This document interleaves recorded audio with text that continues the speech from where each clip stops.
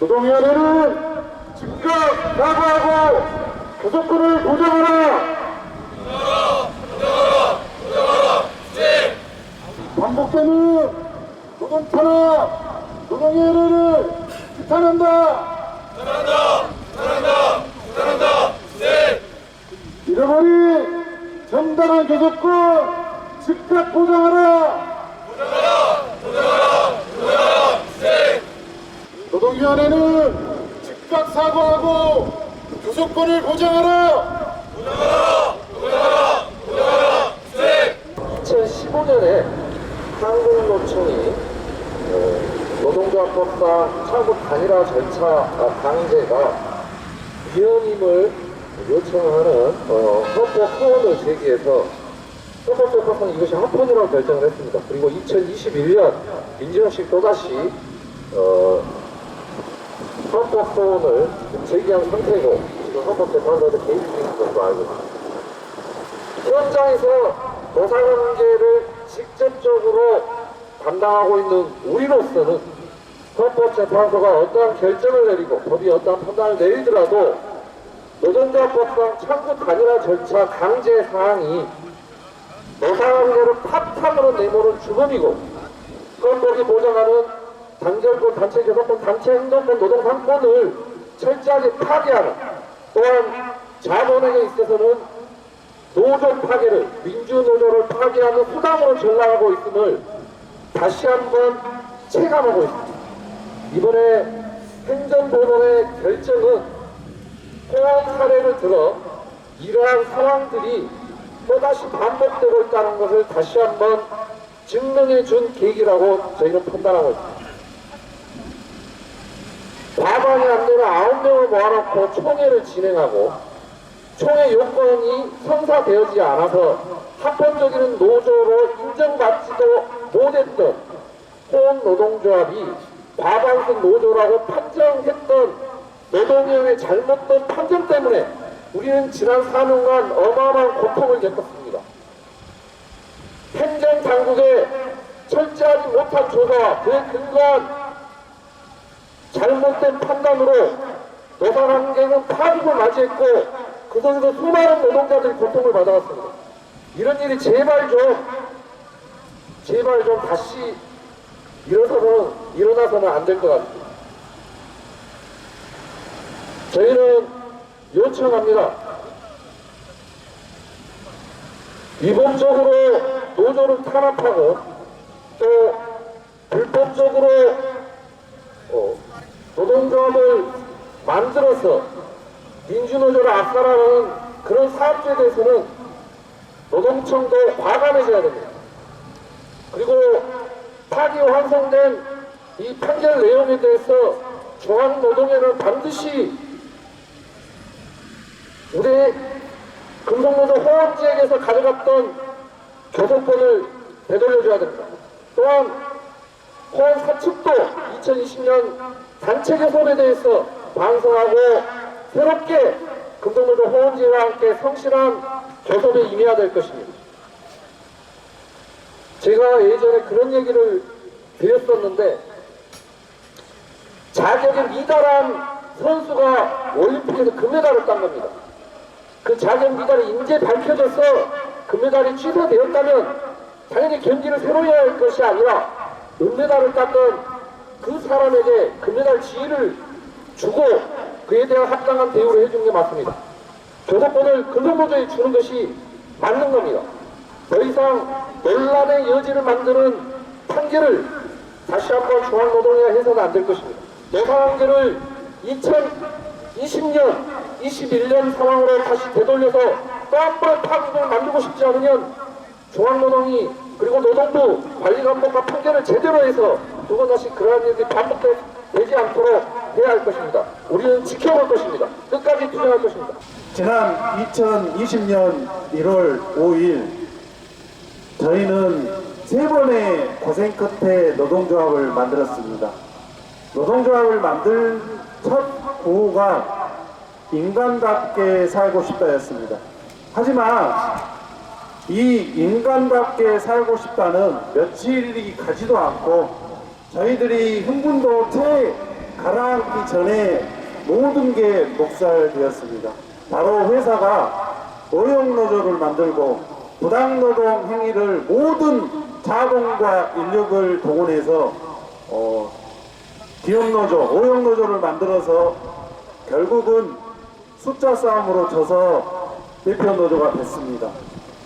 하지만 저희는 이에 부당하다 생각해서 진호위 그리고 광산구청에 이의 제기를 하였습니다.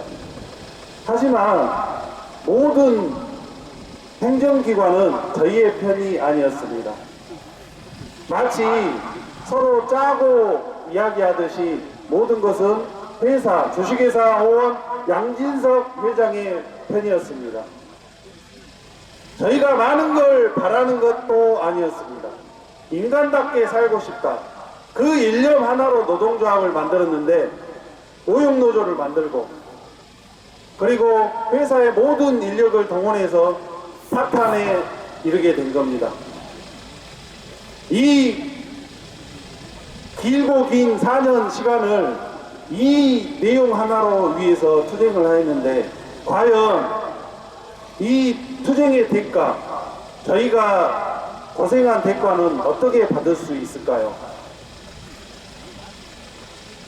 지난 2020년 진호위, 중노위 그리고 광산구청이 조금만 더 주의 깊게 살폈더라면, 그랬다면 저희 호원주에는 4년간 투쟁하지 않았을 수도 있을 것입니다. 저희가 지금 노동위원회에서 변명을 댈 수도 있습니다. 하지만 분명히 저희는 이야기하였습니다. 노동위원회 매뉴얼에 노동조합이 아닌 노동조합을 확인할 수도 있고, 그리고 법률적으로 저희가 교섭 요구를 시행했을 시간을 시작해서 할 수 있음에도 그거를 회사가 편법을 이용한 것을, 모든 것을 동원해 주셨습니다. 이제는 4년이 지나 결국은 행정소송에서 저희가 승소하였습니다. 이제는 노동위원회가 보여줘야 할 때입니다. 지난 4년간을 사과하고 어떻게 달라질 것인지, 그리고 어떻게 호원주에게 보답을 할 것인지, 그리고 4년간 받지 못했던 교섭권을 반드시 줘야 할 것입니다. 이 교섭권 하나로 지난 4년간 많은 투쟁이 있었습니다. 심지어 기아가 5일간 점거가 되는 5일간 멈추는 투쟁을 저희가 할 수밖에 없었습니다. 만약 노동위원회가 또다시 이상한 편법을 쓰거나 교섭권을 인정하지 않는다면 제2의 점거농성은 있을 수밖에 없습니다.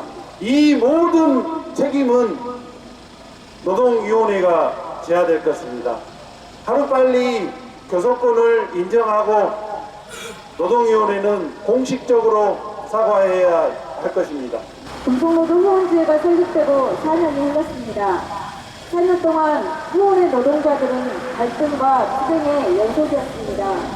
그 갈등의 가장 큰 장애물은 후원주회를 무너뜨리기 위해 만들어진, 바로 사측이 개입해서 만들어진 제2, 제3의 어용노조들이었습니다. 가족처럼 지내던 동료 노동자들이 서로 갈등하고 분열되었습니다. 배신감을 느꼈습니다. 우리 조합원들이 가장 분노하고 힘들었던 문제입니다. 어용노조의 집단 왕따, 사측의 협박을 이겨내지 못한 순하디 순한 조합원들은 눈물을 머금고 용서를 구하면서 사측의 노조를 택할 수밖에 없는 상황도 있었습니다.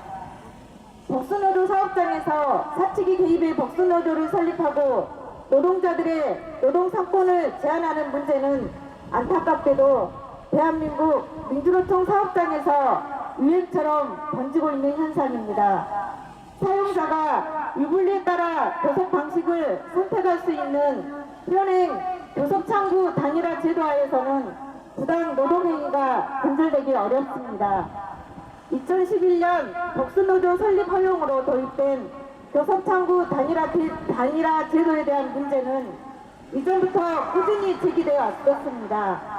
사용자에게 개별 교섭을 택할지 교섭 대표 노조를 정할지 결정할 수 있는 권한이 주어졌다는 점에서 근본적인 한계를 지닌 제도입니다.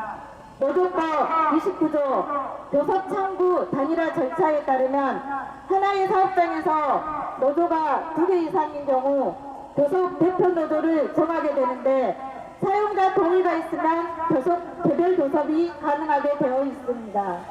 때문에 사용자는 이 분리에 따라 입맛이 맞지 않은 노조가 다수 노조가 될 경우 개별 교섭을 택하고 입맛에 맞는 노조가 다수 노조가 되면 창구 단일화를 통해 소수 노조의 교섭권을 박탈하는 식으로 제도를 악용하고 있습니다.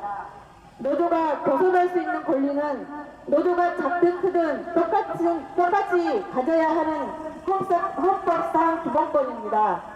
창구 단일화는 교섭 대표 노조가 모든 것을 가질 수 있는 승자 독식 제도라는 점도 문제가 있습니다. 사용자 입장에서는 반민주적 노조를 세우고 조합원 수가 한 명만 많아도 소수 노조의 교섭은 물론 노조 활동을 사실상 안전히 봉쇄할 수 있기 때문입니다. 지난 시절 호원지혜가 원청을 멈추고 광주가 떠들썩하게 투쟁할 수밖에 없던 이유이기도 합니다. 교섭창구 단일화 제도를 악용해 사측은 끊임없는 부당 노동 행위를 저지르고 있는 현실입니다. 교섭창구 단일화 제도가 그대로 유지되는 한 사측은 부당 노동 행위 후 유혹에서 벗어날 수 없습니다. 민주노총 광주본부는 악법주의 악법인 교섭창구 단일화 제도를 폐쇄하게 한 투쟁에 함께하겠습니다. 노동위원회는 사과하고 금속노조 호원지의 교섭권을 보장하라. 4년 만의 결정이다. 2024년 1월 18일 서울고등법원 제7행정부는 중앙노동위의 결정이 잘못되었다는 취지의 결정을 내렸다. 4년 만에 교섭대표 노조가 어디인가를 판결하는 중요한 결정이었다. 이제 모든 것이 정상으로 되돌려야 한다. 노동위원회는 금속노조 호원지의 교섭권을 보장하라. 1월 18일 서울고등법원은 판결 요지는 행정소송 1심의 결과를 그대로 인정했고 추가하여 부당노동행위로 인한 노동조합이 무효다는 것이다. 절차상도 문제였고 교섭협회 노조의 조합원 수는 세는 것도 문제였고 부당노동행위로 인한 노동조합도 문제라는 것이다. 이 모든 잘못된 결정을 지방노동회의와 중앙노동위원회가 한 것을 행정소송에서 명확하게 확인시켜준 것이다. 2020년 1월 5일 여름엔 38도, 겨울엔 선이 꽁꽁하는 추위의 현장 속에서 견디다 못해 인간답게 살고 싶다는 일념으로 주식회사 홍원에서 일하는 노동자들은 노동조합을 만들었다. 사측은 회사의 모든 자본과 인력을 동원해 오용노조를 만들고 급기야 호원지의 교섭권을 뺏어갔다. 순진하고 회사와 가정밖에 모르는 호원지의 조합원들은 정의롭다고 굳게 믿고 있었던 대한민국의 노동위원회의 뒤통수를 맞았다. 39명 조합원 중 9명에 참석한 총회를 인정해 주었다. 사측의 지배개입이 점점 드러나고 있었고 온갖 서류상 문제투성이었음에도 사측의 손을 들어주었다.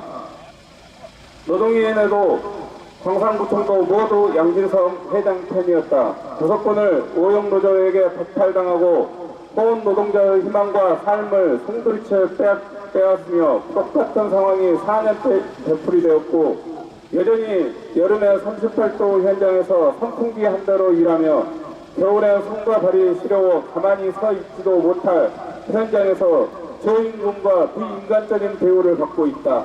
행정소송 1심에 이어 항소심에서도 호원지의 손을 들어주었다. 중앙노동위원회로 공이 다시 돌아갔다.